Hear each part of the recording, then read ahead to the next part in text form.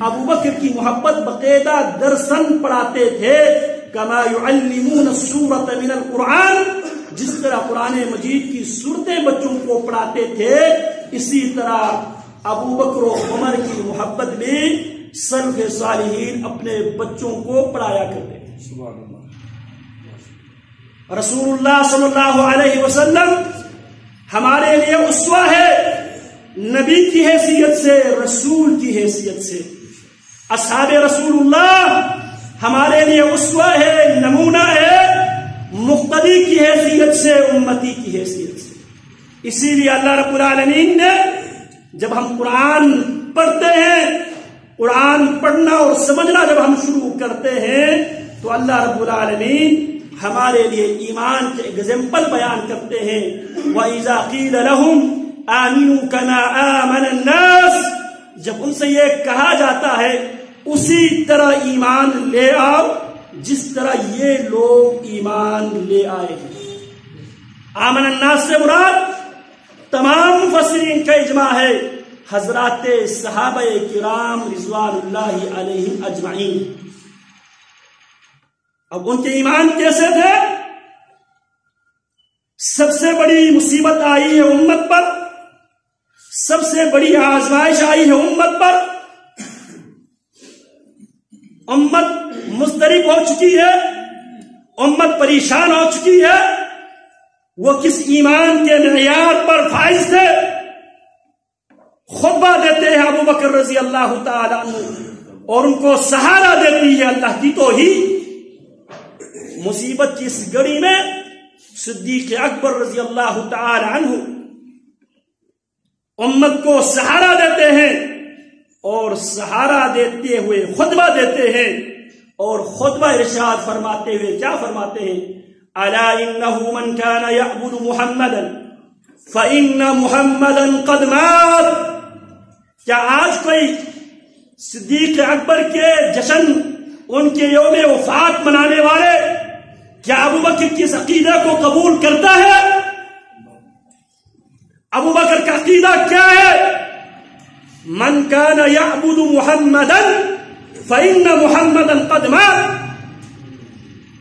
جو محمد کی عبادت کرتا تھا اسے معلوم ہونا چاہیے محمد پر موت آئی ہے۔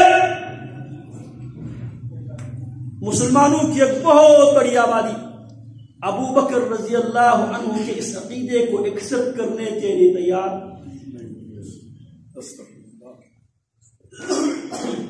اور امت کی ایک بہت بڑی اکثریت ابو بکر کی اس عقیدے کو بھی قبول کرنے کے لیے تیار نہیں۔ جس پر موت آتی ہے نہ وہ حاجت روا ہے، نہ وہ مشکل کشا ہے، نہ وہ بگڑی بنانے والا۔ ہم سیرت پڑھتے ہیں، سیرت سے یہ روشنی آ رہی، فَتَشَبَّهُ إِن لَّمْ تَكُونُوا مِثْلَهُمْ إِنَّ التَّشَبُّهَ بِالْكِرَامِ كِرَامٌ۔ فَتَشَبَّهُ إِن لَّمْ تَكُونُوا مِثْلَهُمْ، ان کی طرح بننے کی کوشش کرو۔ ان التشبہ بالکرام کرام، باعزت لوگوں کے ساتھ تشبہ اختیار کرنا، یہ بھی ایک بزرگی ہے، یہ بھی ایک عزت ہے۔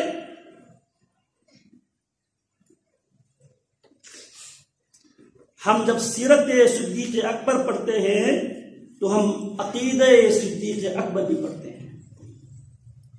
ہم جناب صدیق اکبر رضی اللہ تعالیٰ عنہ سے اس لیے محبت کرتے ہیں، جناب صدیق اکبر رضی اللہ تعالی عنہ اللہ کی توحید کے نبی کے بعد پہلا داعی جناب صدیق اکبر رضی اللہ تعالی عنہ۔